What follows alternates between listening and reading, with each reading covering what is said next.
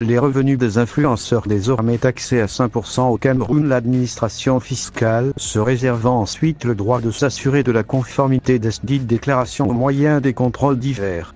Dans le cadre des mesures d'élargissement de l'assiette fiscale prises dans la loi de finances 2024 de l'État du Cameroun, il est institué un taux allégé de 5% au titre de l'impôt sur les bénéfices non commerciaux, BNC, applicable aux revenus générés sur les plateformes numériques par les particuliers qui réalisent des opérations de vente d'un bien, de fourniture d'un service ou d'échange, de partage d'un bien, économie collaborative, peut-on lire dans la circulaire sur l'exécution de la loi de finances 2024.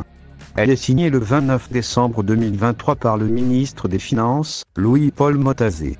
Les termes de cette circulaire ministérielle sous-entendent que depuis le 1er janvier 2024, les revenus générés par les particuliers opérant dans la vente en ligne sont désormais assujettis au paiement de l'impôt.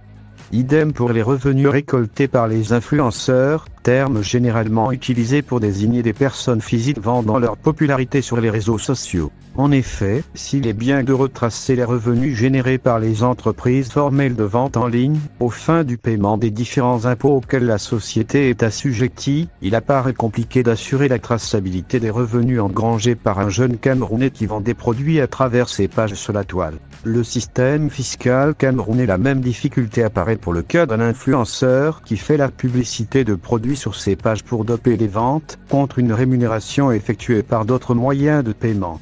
Le système fiscal camerounais est déclaratif. Les assujettis devront souscrire leur déclaration conformément à la législation en vigueur. L'administration fiscale se réservant ensuite le droit de s'assurer de la conformité des dites déclarations au moyen des contrôles divers. Les équipes en charge des contrôles ayant tous les moyens pour reconstituer les revenus des concernés, confient une source autorisée à la Direction générale des impôts, DGI, du ministère des Finances.